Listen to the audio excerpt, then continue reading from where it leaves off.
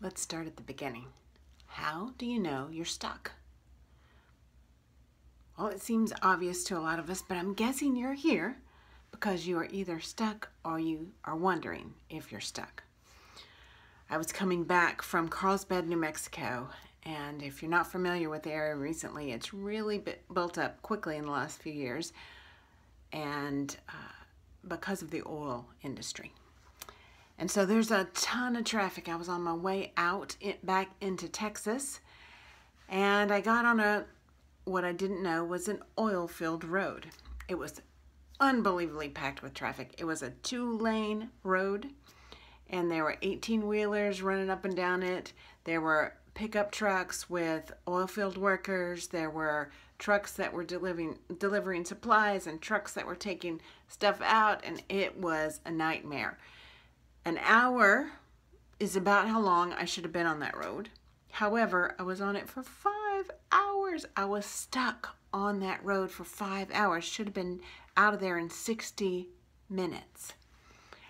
It was driving me crazy. I was losing my mind. I was contemplating really bad decisions, like cutting through somebody's property and getting on some kind of back road in the oil field and thinking I could find my way out, which is ridiculous if you know anything about my ability to find my way anywhere.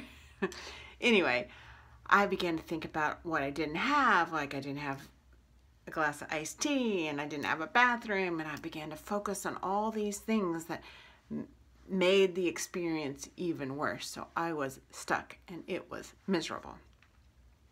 I'm Michelle Gooch. I am a coach that works with people who are in transition, who want to be in transition, need to transition, or unexpectedly found themselves in transition. So we understand a lot about being stuck. So how do you know you're stuck? Well, one thing might be that it's hard for you to get excited about anything. Other people, the friends, maybe even total strangers are celebrating something, but it's hard for you to feel enthusiasm about it. You might be stuck. You might feel stuck and you keep reminiscing over the past. If only I had, or back when I had, or last year, or I used to. You reminisce about the past. That's a sign that you might be stuck. If your health and your well-being aren't a priority for you anymore, and you don't move your body intentionally, you're not going to yoga anymore, or taking your daily walk, or going to the gym, or perhaps you've started eating a lot of junk and you intake a lot of sugar and starch and carbs, or maybe you've quit working with your healthcare professionals, whoever they are, chiropractors, getting a massage, or whatever it is. So, a couple of things then. If it's hard for you to get excited, if you keep reminiscing, if you've let your health take a back seat, if you're daydreaming about an alternative life, if only I could win the lottery, or if only I lived in Timbuktu, or if I had a better partner, or a better coworker, or better whatever it is. Another way you might know you're stuck is if you don't see the purpose of anything anymore. You're just not seeing the significance. If you stay in a situation because you feel trapped and you don't make a move out of it, or maybe you're asking yourself, man, is this all there is? So that's kind of a list, 7 or 8 things that you might be experiencing if you feel stuck. So if you can check 3 or more of those off the list, then you are definitely in a place with no forward progress. I have good news for you.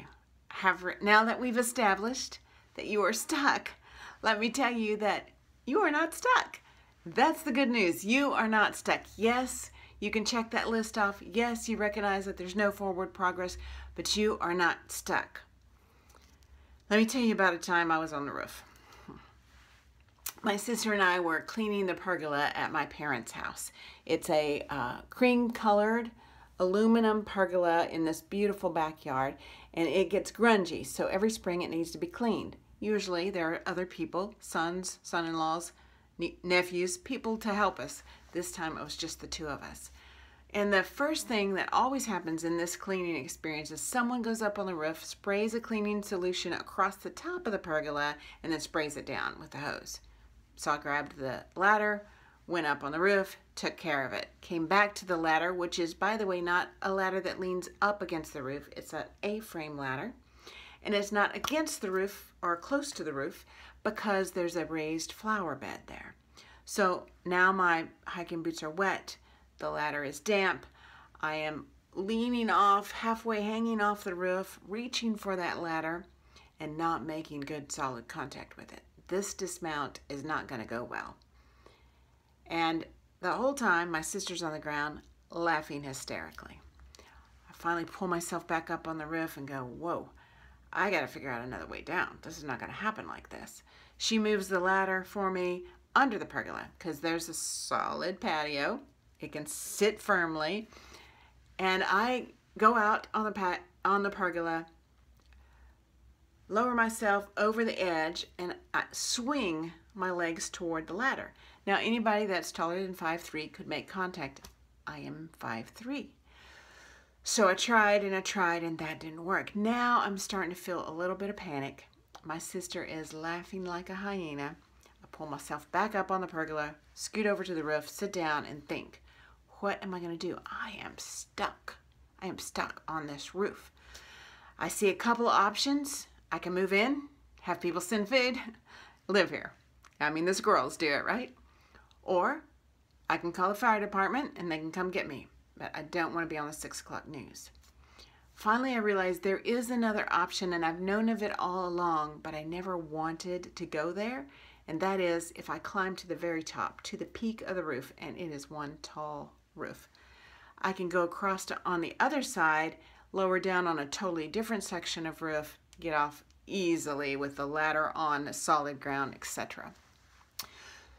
So I began to crawl, like an army crawl, up the roof. Now, I've seen people stand up and walk on this roof, but for whatever reason, my body will not cooperate with that. I cannot stand up and walk, so I crawl to the top. I don't even lift my head. I lay my body out flat across that peak roof, swing my legs around to their side, crawl down, and dismount with ease. But what happened on that roof when I got stuck, when I couldn't come down the way I went up, when I felt stuck, I got real focused on how to get off the roof the same way I came up. I couldn't shift my focus to something different. So the reason I'm saying to you, you are not stuck, is because what you really need is to shift your focus. You need whatever you're putting your time, resources, money, creativity, energy into is holding you where you don't want to be. So now take a step back and redirect those resources. So what I want you to do today is make a list. Make a list of what you're focused on. Time, resources, money, creativity, energy. Take those 5 categories and write down very specifically where you're spending all of that. Where are those resources going? We want you to have that list so that you can understand what to shift. What are you currently focused on? That will help us know what we need to shift. So the key to moving forward is shifting your focus. And I want your list to be thorough. Get that done before you look at the next video. And we'll keep moving through this place of stuckness you're feeling until we get you to a new spot. See you on the next video.